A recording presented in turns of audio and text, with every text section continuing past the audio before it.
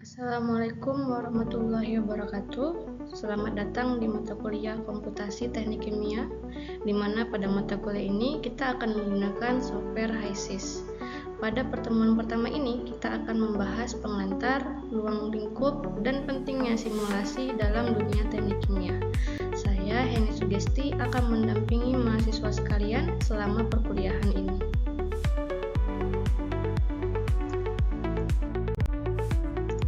Pada mata kuliah Komputasi Teknik Kimia ini, kita akan menggunakan software HYSYS.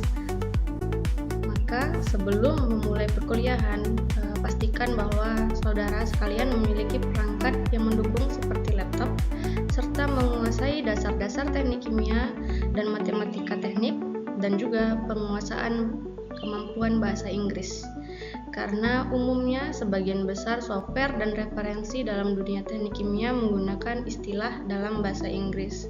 Beberapa materi yang harus dipahami oleh mahasiswa sebelum memulai perkuliahan komputasi yaitu ada teknik energi, teknik kimia, di mana teknik energi membahas tentang perpindahan panas, mekanika fluida, dan juga perlu memahami ilmu teknik kimia. Pengenalan tentang komputasi teknik kimia. Suatu metode simulasi suatu proses atau unit proses untuk mendapatkan penyelesaian dari perubahan yang dilakukan. Perubahan-perubahan di sini bisa merupakan variabel operasi ataupun kondisi-kondisi operasi dan input ataupun output dari suatu proses. Proses yang terjadi di dalam industri kimia merupakan aplikasi dari suatu proses aliran flowsheet yang telah dilakukan simulasi secara menyeluruh. Nah, ini berikut contoh sebuah flowsheet. Flowsheet itu sendiri merupakan bahasa untuk menjabarkan proses yang sudah ada atau hipotesa proses dalam sebuah rincian lengkap yang cukup untuk menyampaikan beberapa gambaran atau fitur yang penting dalam proses-proses teknik kimia. Nah, dalam sebuah flowsheet biasanya yang perlu dituliskan adalah alat-alat apa saja yang digunakan. Pada gambar berikut, alat-alat yang digunakan adalah sebuah reaktor, sebuah heat exchanger di mana ada dua aliran, ada juga decanter dan sebuah kolom destilasi. Nah, seorang engineer wajib bisa mengimplementasikan dari sebuah narasi bisa menjadi sebuah flowsheet. Selanjutnya adalah chemical engineer. Siapa yang dimaksud dengan chemical engineer di sini? Nah, mahasiswa sekalian ketika sudah tamat dari perguruan tinggi, kalian semua adalah seorang engineer, khususnya chemical engineer. Seorang chemical engineer harus mampu mempelajari flowsheet dari proses yang sudah ada dalam konteks untuk menangani gangguan atau troubleshooting. Seorang engineer harus bisa menyesuaikan diri dalam segala proses yang ada. Sering terjadi troubleshooting di industri yang harus bisa diselesaikan secepat mungkin dengan pilihan-pilihan planning terbaik untuk menyelesaikan semua masalah. Misalnya, mencari mekanisme yang tidak berfungsi dengan baik atau dalam rangka ekspansi dan modifikasi sebuah proses. Dalam perjalanan waktu nantinya, misalnya sebuah industri dengan kapasitas kecil ingin mengekspansi menjadi industri kapasitas besar. Di sanalah peran engineer berada. Lalu, apa itu hipotesa? Hipotesa adalah sebuah proses yang melibatkan bahan kimia baru atau sebuah modifikasi radikal dari proses yang sudah berjalan yang menimbulkan pertanyaan mengenai kondisi operasi, ukuran alat, dan perkiraan keuntungan. Nah, dari hipotesa yang telah dibuat, maka seorang engineer wajib melakukan namanya analisa. Yang dimaksud dengan analisa atau simulasi adalah tools seorang engineer untuk menerjemahkan flowsheet atau aliran sebuah proses dari sebuah narasi industri, lalu kita ubah menjadi flowsheet, lalu kita membutuhkan sebuah tools untuk menentukan letak berbagai fungsi peralatan teknik kimia dan memprediksi performa dari beberapa proses. Apa saja sih tools yang ada di chemical engineering yang biasa digunakan oleh seorang engineer, khususnya seorang teknik kimia? Yang beberapa harus yang dimiliki adalah pedoman-pedoman. Yang pertama adalah neraca massa. Semua industri memiliki neraca massa yang dihitung berdasarkan perhitungan yang akurat. Setelah dihitung neraca massanya, maka semua proses industri memerlukan energi, maka dilakukan perhitungan neraca panas. Selanjutnya ada proses-proses transfer yang dilakukan dalam sebuah industri. Setelah proses transfer, dengan alat-alat yang digunakan mungkin akan di dalamnya terjadi sebuah proses kesetimbangan. Setelah dihitung dalam 4 tahapan ini, yang kelima adalah tentang ekonomi. Semua industri ujungnya adalah ekonomi, keuntungan secara ekonomi. Setelah mendapatkan keuntungan secara ekonomi, sudah dianggap untung atau sudah dihitung dengan sedemikian, maka perlu juga menghitung atau mengevaluasi tentang humanitas. Simulator itu apa sih? Simulator itu adalah peralatan matematika yang memodelkan proses dengan aliran material dan energi yang kontinu dari satu unit operasi ke unit berikutnya. Dalam simulator itu adalah sebuah proses yang sangat mempermudah engineer dalam menyelesaikan pekerjaannya. Proses simulator dapat menghitung setidaknya beberapa hal. Contoh yang pertama adalah laju alir setiap aliran termasuk aliran balik atau recycle. Yang kedua, kondisi operasi setiap aliran, misalnya pressure dan temperatur. Yang ketiga, sifat-sifat fisik setiap aliran, misal berat molekul, densitas, tekanan uap, viskositas, dan titik kritis. Yang keempat, komposisi fasa secara kualitatif dan kuantitatif dari setiap aliran. Biasanya dapat dilihat dari diagram fasa. Beban panas atau tenaga dari masing-masing peralatan horsepower atau kompresor. Seluruh perhitungan yang dilaksanakan secara simultan. Nah, jadi sebuah simulator ini sangat membantu pekerjaan seorang engineer. Bayangkan jika seorang engineer harus menghitung semua proses industri secara manual hanya menggunakan kalkulator dan job sheet. Dengan adanya simulator, seorang engineer bisa bekerja lebih praktis dan efisien secara waktu. Proses simulator setidaknya dapat menghitung menggunakan data-data yang sudah ada seperti komponen dan sifat-sifat komponen dengan memilih list komponen untuk menentukan aliran umpan. Nah, di dalam simulator ini sudah disediakan jelas dan detail tentang komponen-komponen dan sifat-sifat komponen tersebut. Yang kedua, metode prediksi dan parameter, yaitu memilih metode termodinamika yang tepat serta parameter yang cocok dengan data yang tersedia. Di software atau di simulator, semua ini sudah disediakan secara cuma-cuma dan bisa digunakan seorang engineer. Yang ketiga, spesifikasi masalah berupa perancangan atau pengamatan. Yang keempat, flowsheet proses atau deskripsi yang memiliki komposisi aliran umpan dan seleksi model peralatan. Yang kelima, kondisi operasi atau desain dengan spesifikasi yaitu laju alir, tekanan, dan temperatur. Nah, jadi kita membutuhkan data-data sederhana ataupun data-data kompleks dalam proses simulasi. Dan biasanya digunakan untuk apakah simulator? Yang pertama, menghitung proses steady state. Jadi diasumsikan bahwa proses yang terjadi adalah steady state di mana terjadi transfer massa ataupun transfer energi. Yang kedua, memodelkan fasilitas produksi permukaan dan pabrik gas seperti pemisahan minyak mentah, stabilisasi, dehidrasi gas, kompresi, dan recovery gas liquid dan destilasi. Yang ketiga, desain atau memiliki proses guna mengevaluasi konsep alternatif dan mengecek desain kontraktor serta sizing atau estimasi harga peralatan. Seorang engineer juga bisa menentukan harga peralatan 5 tahun ke depan berdasarkan harga beberapa tahun yang lalu. Jadi kompleks sekali tugas seorang engineer dalam dunia industri. Yang terakhir, mengevaluasi proses operasi dan performa guna melakukan pemecahan masalah performa dan studi the bottlenecking serta optimasi performa proses. Nah, jadi seorang engineer harus selalu siap sedia dalam segala trouble yang ada dengan menyelesaikan masalah-masalah itu dengan menganalisa performa dari masing-masing unit industri. Apa saja ya software-software yang biasa digunakan oleh seorang engineer dalam prosesnya? Ada beberapa yang saya jabarkan. Ada Aspen Plus, ada CAMCAD, ada AutoCAD, Python, ANSYS Flint, dan MATLAB. Nah, pada kesempatan kali ini, pada mata kuliah ini saya mencoba untuk menjelaskan menggunakan salah satu produk dari Aspen Plus yang dinamakan HiSys, Aspen HiSys.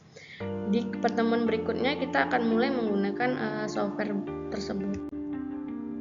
Oke, kita intermezzo sebentar karena seorang engineer ketika sudah menggunakan simulator, contohnya HiSys, berarti sudah paham dasar-dasar ilmu-ilmu dasar apa saja yang biasa digunakan ketika kita menggunakan software atau simulator. Nah, saya ingin bertanya, apakah mahasiswa masih ingat apa itu besaran dan satuan? Ya, besaran adalah parameter untuk menyatakan suatu hal, contohnya panjang, tinggi, kecepatan, dan gaya. Satuannya bisa disebut dengan ukuran dari suatu besaran. Misalnya, panjang suatu meja itu bisa diukur dalam satuan meter. Nah, suatu kuantitas hanya dapat dioperasikan apabila satuannya sama. Nah, bisa jadi ketika kita nanti akan melakukan simulasi, akan ada beberapa aliran yang menggunakan satuan-satuan yang berbeda namun besarannya sama. Jadi seorang engineer harus bisa mengkonversi satuan-satuan ini menjadi satuan yang sama sehingga bisa digunakan dan bisa disimulasikan. Nah, ini beberapa contoh jenis satuan pokok berdasarkan standar Indonesia dan standar British atau American Engineering. Berikutnya adalah jenis satuan turunan. Jika tadi satuan pokok, maka satuan turunan adalah yang diturunkan berdasarkan satuan pokok. Ini mungkin sudah pernah ya diajarkan di mata kuliah sebelumnya, jadi saya hanya mereview, menyegarkan kembali ingatan mahasiswa semua supaya bisa tetap ingat, atau jika sudah lupa silahkan dipelajari kembali karena itu merupakan salah satu dasar ilmu yang harus dimiliki seorang engineer. Ini adalah salah satu beberapa contoh tabel konversi yang biasa digunakan seorang engineer. Ini saya misalkan kita harus mengubah debit air dari 1000 liter per jam menjadi kubit per menit. Jadi berdasarkan perhitungan, berdasarkan tabel berikut bisa didapat bahwa hasilnya berupa 0,5883. Jadi seorang engineer harus bisa ya menghitung konversi-konversi satuan.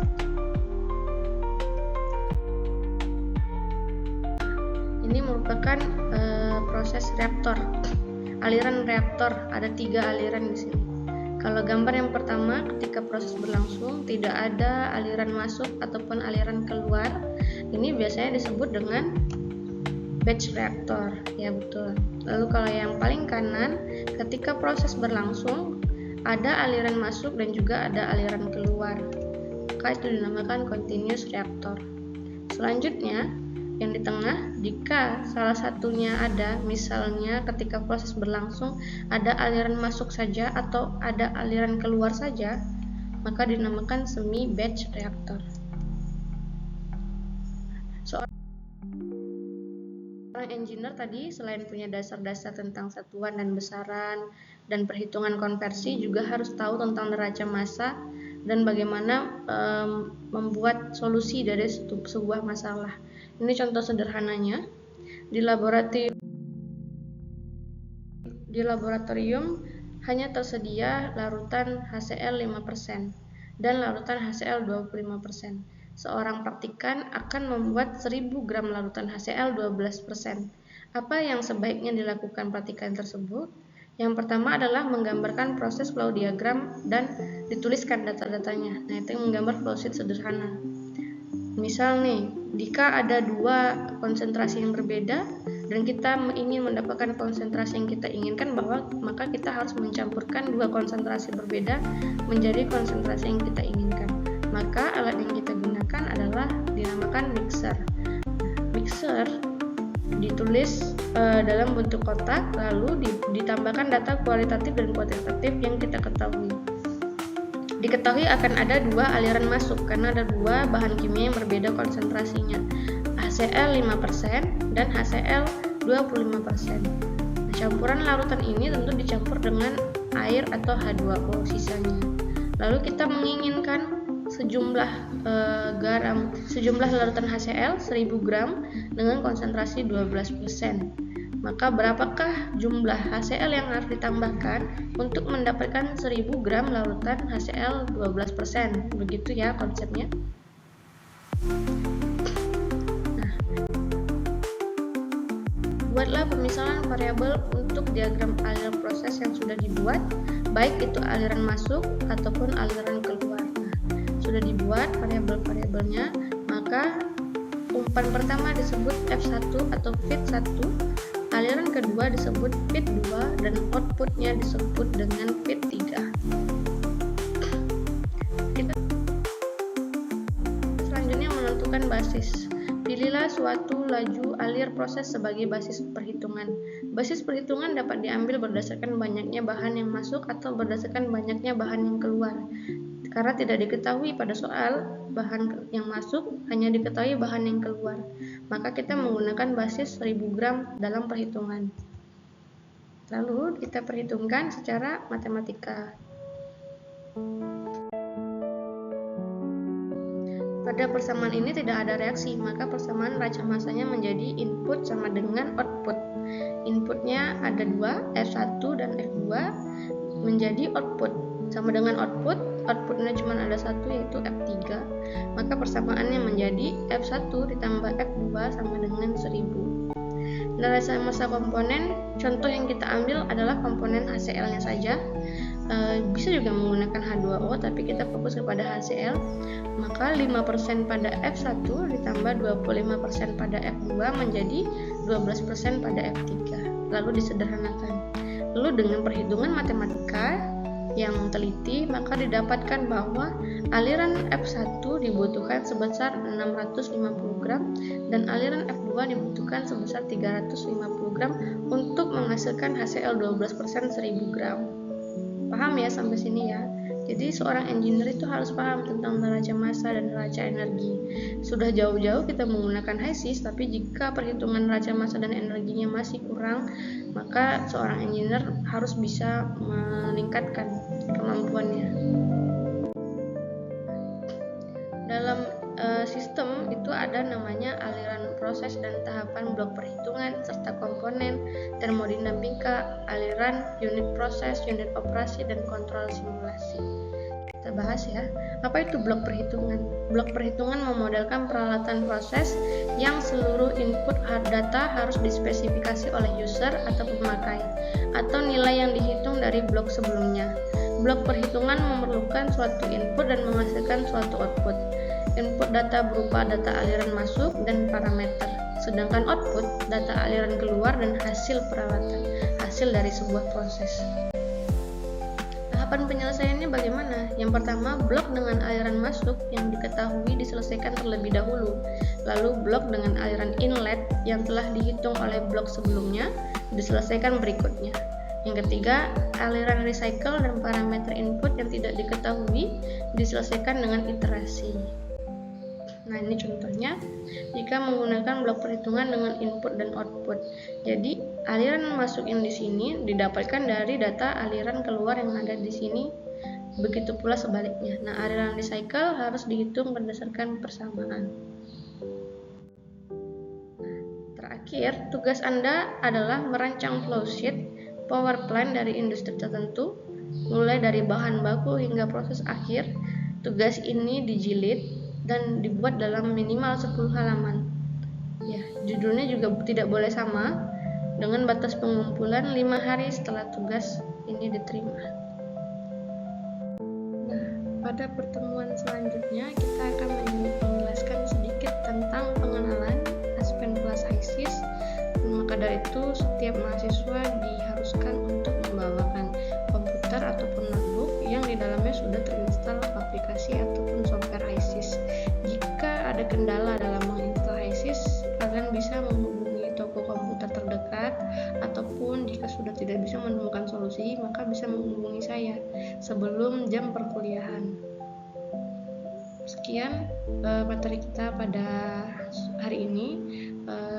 Mohon maaf jika ada kesalahan, dan jika ada pertanyaan setelah sesi presentasi boleh kita akan berdiskusi. Sampai sampai jumpa pada pertemuan selanjutnya pada minggu depan tentang pengenalan software HISIS.